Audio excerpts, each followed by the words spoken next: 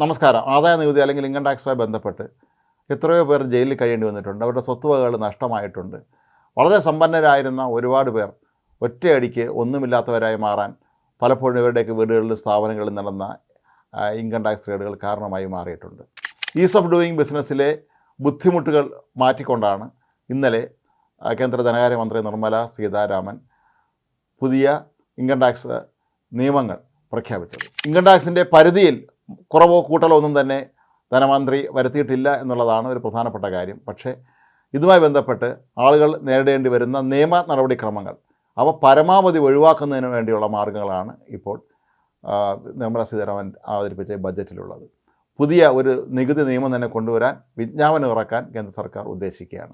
ഇതൊരു പ്രധാനപ്പെട്ട കാര്യമാണ്. കാരണം പലപ്പോഴും ആളുകൾ ഈ ആദായ നികുതിയുമായി ബന്ധപ്പെട്ട് പ്രോസിക്യൂഷൻ വിധേയരാകുന്ന അല്ലെങ്കിൽ ജയിലിൽ പോകേണ്ടി വന്നൊക്കെ തന്നെ ചിലപ്പോൾ അവരുടെയോ അല്ലെങ്കിൽ അവരുടെ കണക്കുകളും മറ്റും നോക്കുന്ന ചാർട്ടേഡ് അക്കൗണ്ടന്റുമാരുടെയൊക്കെ അശ്രദ്ധ കൊണ്ടോ അല്ലെങ്കിൽ അവരുടെ എന്തെങ്കിലും അവധാനത കൊണ്ടോ ഒക്കെ ആയിരിക്കും സംഭവിക്കാറുള്ളത്.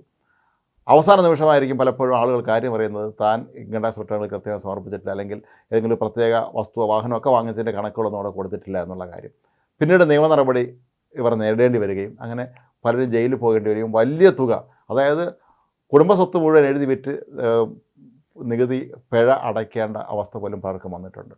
ഏതായാലും ഇപ്പോൾ ഇതിന് വലിയൊരു ആശ്വാസമായി മാറുകയാണ് ഇന്നലെ ബജറ്റിലെ ഒരു സുപ്രധാന നിർദ്ദേശം. പുതിയ നികുതി നിയമം അനുസരിച്ച് മനഃപൂർവ്വമല്ലാത്ത സാങ്കേതിക പിഴവുകൾക്ക് ഇനി മുതൽ ജയിൽ ശിക്ഷ ലഭിക്കുകയില്ല.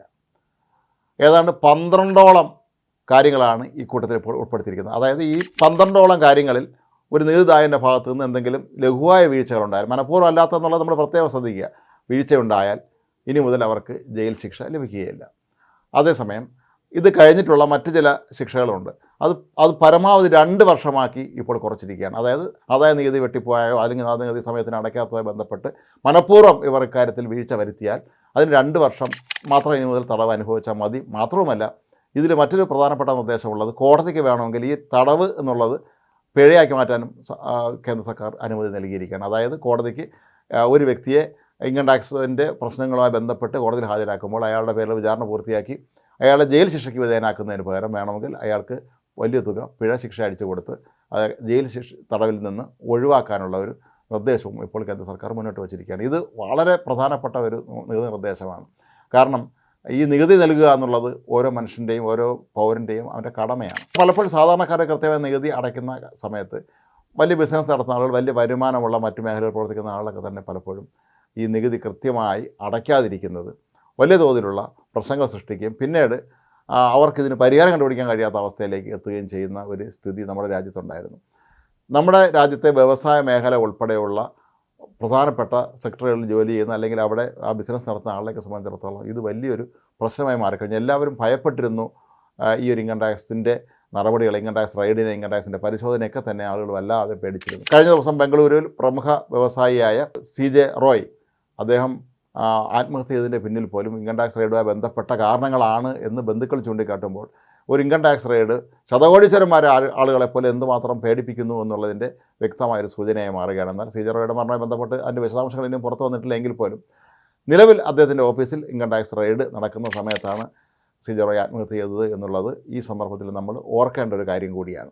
ഇനി നമ്മുടെ പേരിൽ ഒരു ഇൻകം ടാക്സ് കേസ് ഉണ്ടായെന്നിരിക്കട്ടെ, ഇതിന് അപ്പീൽ നൽകാൻ കെട്ടിവയ്ക്കേണ്ട തുക അതിൻ്റെ 20% നിന്ന് 10% ഇപ്പോൾ കുറച്ചിട്ടുണ്ട്. അതായത് നമ്മൾ എത്ര രൂപയാണ് നമുക്ക് പിഴശിക്ഷ വരുന്നത്, ഇതിന് അപ്പീൽ നൽകുന്നതിനായി ആ തുകയുടെ 20% നേരത്തെ കെട്ടിവയ്ക്കേണ്ടിരുന്നത്. ഇനി മുതൽ അത് 10% കുറച്ചതായി കേന്ദ്രമന്ത്രി നിർമ്മല സീതാരാമൻ ഇന്നലെ ലോക്സഭയെ അറിയിച്ചിട്ടുണ്ടായിരുന്നു. തെറ്റായി റിപ്പോർട്ട് ചെയ്യപ്പെടുന്ന കേസുകളിലൊക്കെ തന്നെ ഇനി മുതൽ തടവും പിഴശിക്ഷയും ഒക്കെ ഒഴിവാക്കാനാണ് ഈ ബജറ്റ് ലക്ഷ്യമിടുന്നത്. അക്കൗണ്ട് ബുക്കുകളും രേഖകളും TDS അടച്ചതിൻ്റെ വിശദാംശങ്ങളുമൊക്കെ തന്നെ സമർപ്പിച്ചില്ലെങ്കിൽ നേരത്തെ ഗുരുതരമായ ശിക്ഷ നേരിടേണ്ടി വരുമായിരുന്നു.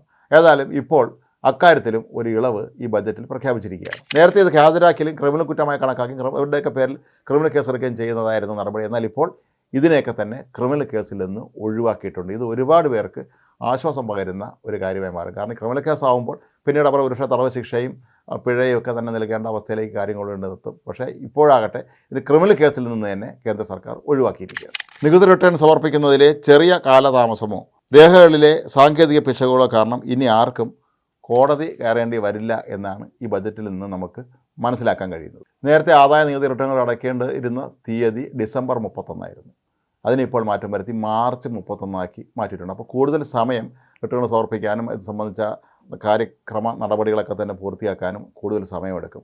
അതുകൊണ്ട് തന്നെ ഈ സമയം നീട്ടി നൽകിയത് നികുതിദായകരെ സംബന്ധിച്ചിടത്തോളം അവർക്ക് റിട്ടേൺ സമർപ്പിക്കാൻ കൂടുതൽ സമയവും സന്ദർഭമൊക്കെ ലഭിക്കുന്നു എന്നുള്ളതും ഒരു വളരെ പോസിറ്റീവായ ഒരു കാര്യമാണ്. ഇൻകം ടാക്സ് റിട്ടേണുകൾ സമർപ്പിക്കുമ്പോഴുണ്ടാകുന്ന അതിലുണ്ടാകുന്ന പിഴവുകളൊക്കെ തന്നെ ഇനി ചെറിയ തോതിലുള്ള പിഴ അടച്ചാൽ മതി എന്നുള്ളതും ഒരു പ്രധാന കാര്യമാണ്. ഏതായാലും രാജ്യത്തെ ആദായ നികുതിയുമായി ബന്ധപ്പെട്ട കാര്യങ്ങളൊക്കെ തന്നെ ഈ ബജറ്റിലൂടെ കൂടുതൽ ലളിതമാക്കി എന്ന് നമ്മൾ പറയേണ്ടി വരും.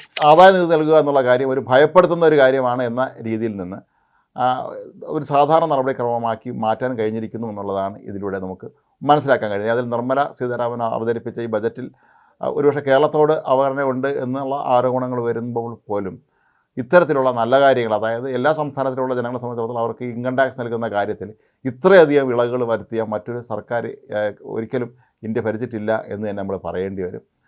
കാരണം എല്ലാവരും തടവ് ശിക്ഷയും അല്ലെങ്കിൽ പിഴ ശിക്ഷയൊക്കെ പേടിച്ചിരിക്കുന്ന ഒരു കാലഘട്ടത്തിൽ അതിൽ നിന്നെല്ലാം ഒഴിവാക്കി മനഃപൂർവ്വമല്ലാത്ത പിഴവുകൾ, അത് നമ്മൾ പ്രത്യേകം ശ്രദ്ധിക്കേണ്ടതുണ്ട്. മനഃപൂർവ്വമല്ലാത്ത പിഴവുകൾക്ക് മാത്രമാണ് ഈ ആനുകൂല്യം ഉള്ളത്. മനഃപൂർവ്വം പിഴവ് വരുത്തുകയാണെങ്കിൽ നിങ്ങളുടെ പേരിൽ നടപടി എടുക്കുക തന്നെ ചെയ്യും, ഒരുപക്ഷെ അഴിയേണ്ടി വരും എന്നുള്ള കാര്യം ഉറപ്പാണ്. പക്ഷേ ഇത്തരം കാര്യങ്ങൾ അധികൃതരെ ബോധ്യപ്പെടുത്താനുള്ള എല്ലാവിധ സംവിധാനങ്ങളും തെളിവുകളൊക്കെ തന്നെ നമ്മുടെ കൈവശം ഉണ്ടായിരിക്കണം എന്നുള്ളതാണ് ഇതിൻ്റെ ഏറ്റവും പ്രധാനപ്പെട്ട ഒരു കാര്യം.